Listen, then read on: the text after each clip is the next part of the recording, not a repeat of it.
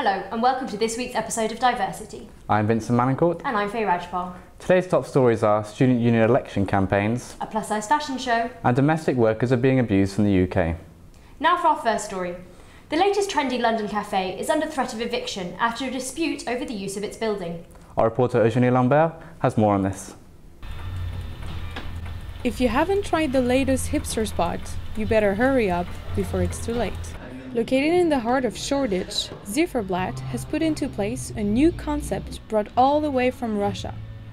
People can stay as long as they want for 3 pence a minute. And then I'll let you write your name and then the time now. This pay-per-minute cafe is a mix between a communal space and a social club. Here, you can make your own tea, have a piece of cake, and even play board games. Every time I come here, you end up talking to lovely people in the kitchen, and it kind of breaks down the social contract a bit more than like a standard coffee shop. Although Zieferblat has been really successful since it last opened in November, it may be facing closure in less than 28 days. In fact, this new hipster spot has just been issued an eviction notice by landlords because of the disputed use of the building. Landlord thought that we were a cafe because that's how it's been described. Fair enough, but it's not really a cafe. So at the moment we are in conversation with the council and trying to explain what is this place and how wonderful it is. The problem with Zieferblat is that their lease only allows them to be either an office or a shared workspace. In fact, they fall by definition in the legal grey area between a shared workspace and a restaurant. Despite the upcoming legal fight, they remain optimistic and are already thinking about relocating if they were to be evicted. Homelessness is a serious problem in Hungary, and the government there has decided to combat it by making it illegal to sleep outside. Protests erupted worldwide against this decision. Gianmaria Volpicelli has the details. We are here in front of the Hungarian embassy in London, where protesters are joining an international effort to oppose the Hungarian government's plan to criminalize homelessness. A new law will make sleeping rough illegal. Last October, the Hungarian government passed a law aimed at clearing thousands of homeless people off the streets of Budapest and other towns in the country. The government says that the law's objective is to protect the homeless and to rehouse them in shelters where they would have proper assistance. However, critics say that under the new law, homeless could face community work, fines, or even imprisonment if they slept outside. It's a criminal act because they want to protect the public health, the public order, and the cultural heritage of Hungary.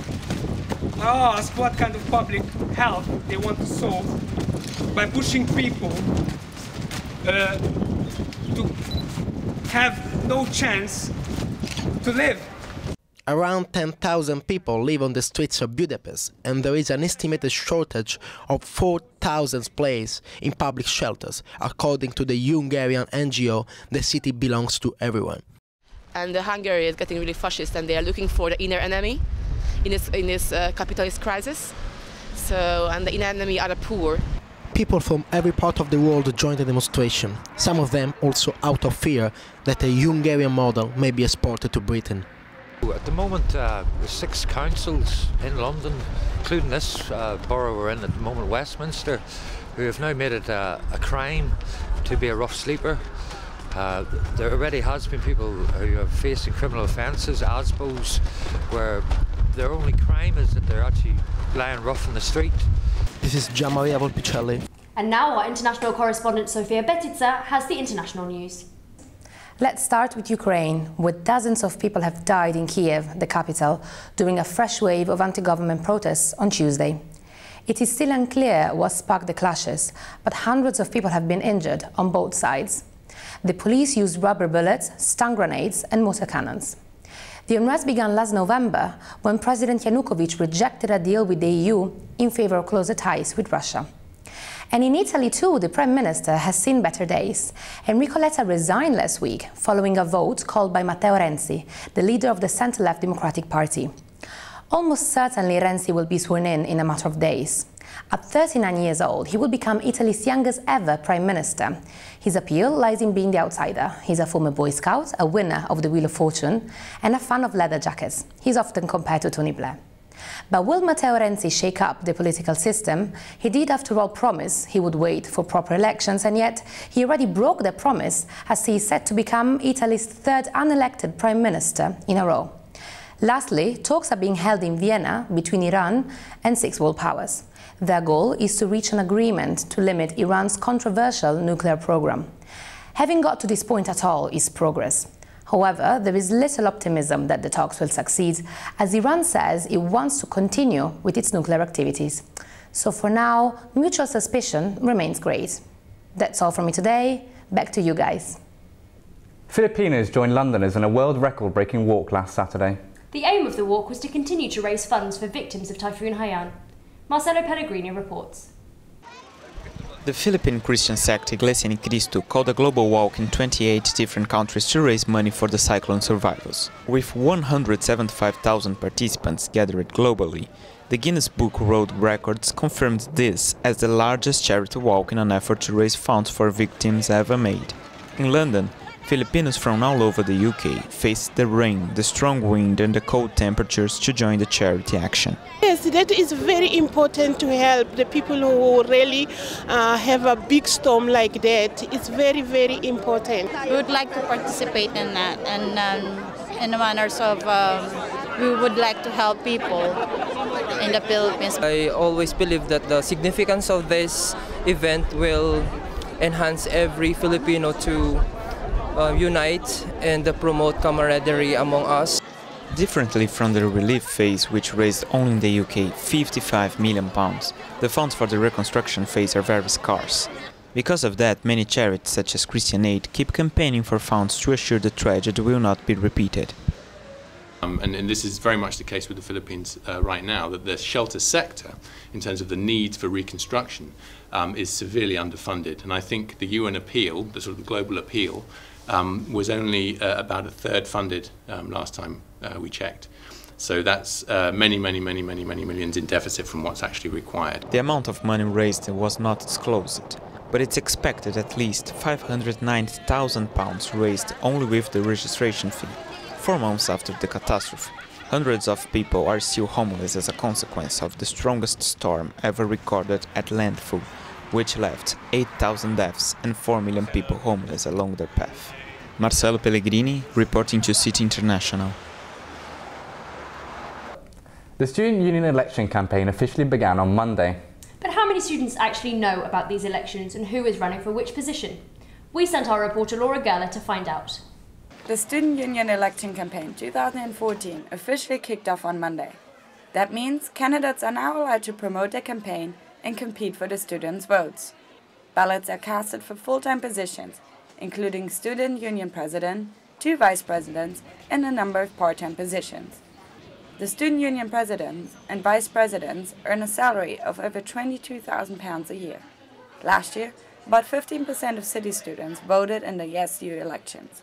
A record turnout, however, to most students, choosing their representative is not a priority. I don't think it's important.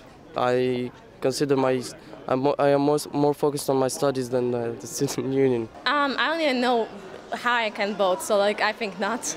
I mean, we haven't heard much about it. That hasn't been promoted, their aims, what they want to do. The student union takes care of managing student space such as Settlers Bar, promotes campus projects, and works with the school to ensure that the university policies are student-friendly.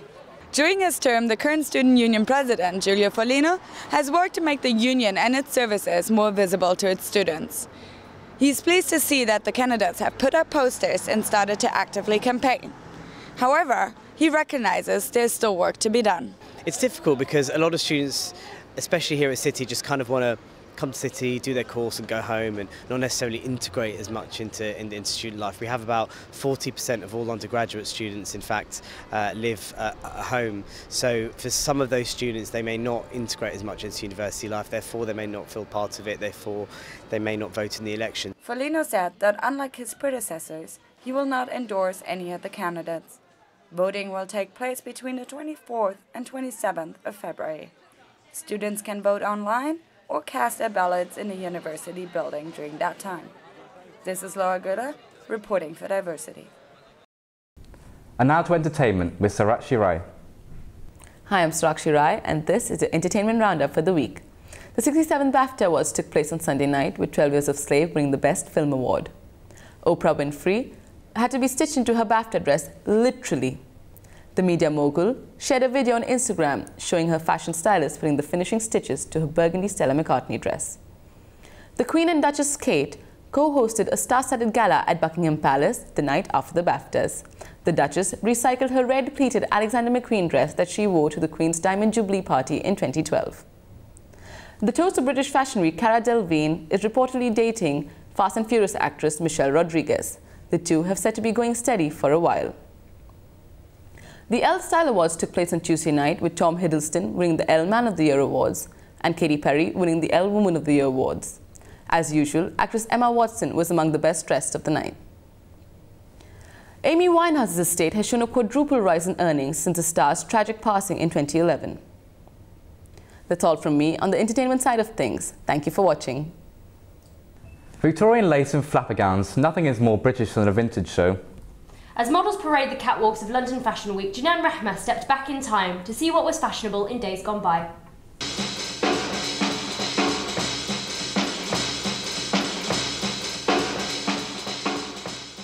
Here, at the old Finsbury Town Hall, British fashion enthusiasts gathered to rifle through the rails on the hunt for the perfect vintage piece. The award-winning Clerkenwell Vintage Fashion Fair returned on the 16th of February for a special event just in time for London Fashion Week. Billed as the Selfridges of Vintage, the fair brought together 50 of the finest traders of vintage clothing and accessories, which spanned over 100 years of fashion. For a £4 entry fee, fashionistas were able to bag some bargains, as well as get style inspiration from the designs on show. Organiser Savitri Coleman aims to bring together some of the top vintage sellers and organise an event for fashion fans as well as industry insiders, such as stylists, models, celebrities and costume designers. Vintage is a piece of fashion that is at least 25 years old, and it would normally really speak of its era. So from maybe the print to the style, the shape of the garment. Vintage is not something that is just second-hand that you would maybe find in your local charity shop that was maybe from the high street originally. From the haute couture to the affordable, there is something for everyone, regardless of budget. The fair also catered to men, with a wide variety of menswear. As well as showcasing the best in vintage fashion, there is an additional bonus of services and entertainment, such as the Tea Room des Artistes, nail art, and on-the-spot alterations.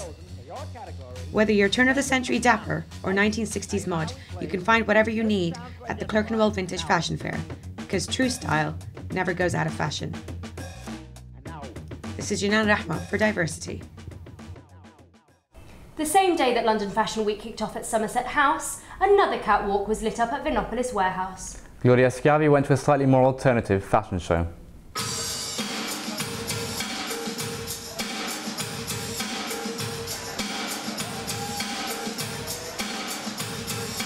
The British plus-size fashion weekend took place in London's South Bank for the second year, gathering 16 fashion designers who presented their collections.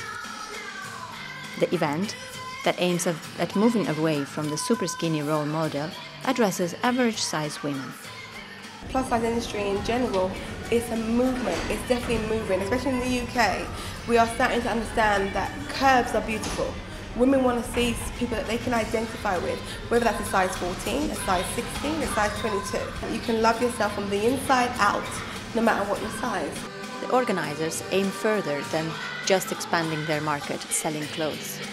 We are always trying to educate a plus-size woman. It's not about being skinny or being fat. It's about just opening up mindsets and changing people's visions that they currently have. We want to make sure that everybody is embraced. Whether you're small, whether you're big, it doesn't really matter. We're here to celebrate curves, and that's what we're trying to do. Over the past years, the worldwide movement has grown a lot. I think that the US, they have New York Plus Size Fashion Week, and they also have Chicago. But I do believe that this event is probably one of the largest plus size fashion events that there ever has been. Figures from the NHS show that a growing proportion of English population is overweight, both among adults and kids. We spoke with Joe Allott, who wrote a book that helps people coping with eating disorders. It's not just skinny people who have an issue such as anorexia or bulimia, which I was predominantly bulimic. It would be nice to actually see somebody on a catwalk that was actually normal rather than either a plus-size model or a skinny model. So after years of concern about skinny models, fashion may be starting to change. But replacing one role model with another, which also can lead to serious health problems, may be risky. diverCity, London. It's been a long winter, but we're not quite out of the woods yet. Luckily, our resident dance specialist Kaylee Monaghan found an event that brought a little desert heat to the capital.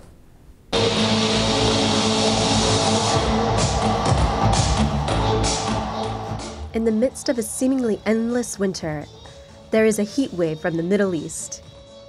Here at the Cumberland Hotel, the Orient London Festival is hosting belly dancers from all over the world. The 3-day belly dance festival is a blend of competitions, master classes, a bazaar, and nightly galas. All of this was organized by professional belly dancer and teacher Farah Haraf. Within 1 year, I think I wanted to give up once every week, but I didn't. And tonight, once it's done, I am so happy. I cannot even start to begin to say how proud I am of the girls and how I'm happy that, you know, I gave something different, and I wanted really to mix the both sides of, you know, the culture. They mix, they clash, and sometimes it's wrong and sometimes it's right, but it's beautiful. At the end, it's really beautiful. She brought together an international cast of world-renowned dancers like Jamila from Poland, Nelly from Greece, and Mohammed from Egypt. Enthusiastic students signed up to shimmy with their favorite teachers. Nelly set her students to the task of performing a fast drum solo. At the bazaar, there was everything a belly dancer could want, from perfectly balanced swords to gloriously handmade costumes. Each piece is unique and handcrafted from all around the world. With the large Middle Eastern population in the UK, the belly dance community has grown over the past few decades. Fresh influences from hip-hop, street, and tribal have added new color to this ancient dance form. The festival culminated with a teacher show where the loudest cheers were for the male belly dancers. This just proves that belly dance can be for everyone. This is Kaylee Monaghan, reporting from London. Let's go over now to our two meteorologists, Laura Guerra and Simone Sarchi, for the weather. Hello and welcome to Frankfurt. Unfortunately, there's much of a weather change coming here from London. Over the next week, we're expecting a high of 10 and a low of 1 every day. But the good news is that the sun might come out here and there. Germany might still be waiting for spring, but I'm not. I believe every day should be Dirndl Day. So let's get ready for the beer garden. Unfortunately, that's got me a big cold. But with my earmuffs, I'm all good. So tschüss and auf Wiedersehen. Ciao, my name is Simone, and I'm in Rome. We had an amazing and hot start of the week. The days were sunny, with highs of 22. Is it the start of the good season? Well, not really. I'm afraid for the spring we need to wait a little more. Indeed, yesterday the temperature dropped to the usual average in winter. During the weekend, highs of only 15 and lows of 3 are expected. And well, don't forget the umbrella, it meant rain too. Now to our sports correspondent, Stefano Pozzebon.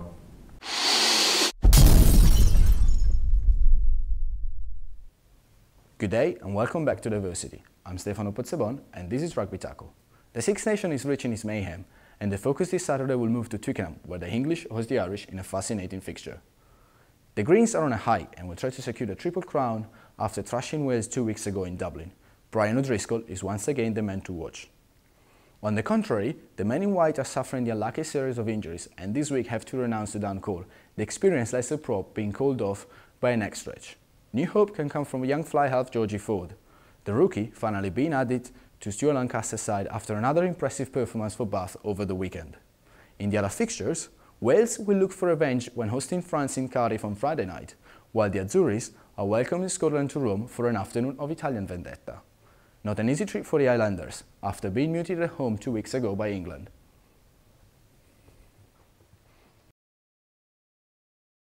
But the Olympics Winter Games in Sochi are catalyzing everyone's eyes, and our hot player of the week cannot come from anywhere but the Russian city. American David Wise has become the first Olympic champion in a freestyle skiing men's halfpipe after securing his gold medal on Tuesday night with a score of 92 out of 100 in his very first run. Well played, lad. This was our last news for today. Good evening and good rugby to you all. Thanks for watching diverCity. I'm Vincent Manencourt. And I'm Faye Rajpar. Don't forget to follow us on all social media outlets. That's all we've got time for, but join us next week. Goodbye.